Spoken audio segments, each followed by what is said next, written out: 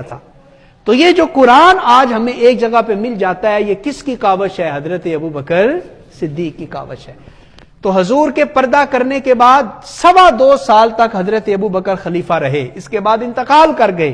آخری بات سن لیں، 2.25 سال حضور نے پردہ کیا تو آپ نے صحابہ کو تسلی دی، لشکر اسامہ کو روانہ کیا.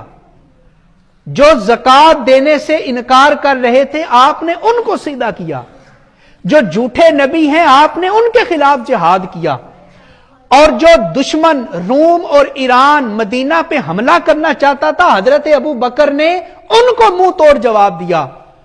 الغرض صرف 2.25 سالوں میں حضرت ابو بکر کی ہستی وہ ہستی ہے کہ صرف 2.25 سالوں میں حضرت ابو بکر نے دین اسلام کے جھنڈے کو پھر سے کائنات میں بلند کر دیا تھا.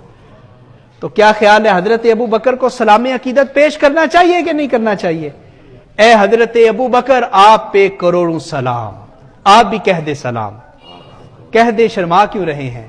اے ابو بکر آپ کی بصیرت پہ سلام، اے ابو بکر آپ کی جرت پہ، اے ابو بکر آپ کی دور اندیشی پہ، اے ابو بکر آپ کی معاملہ فہمی پہ. اللہ ہمیں بھی ایسے حکمران نصیب فرمائے جو حضرت ابو بکر صدیق کی سیرت سے سبق حاصل کر سکیں. آمین. وآخر دعواہم ان الحمد للہ رب العالمین.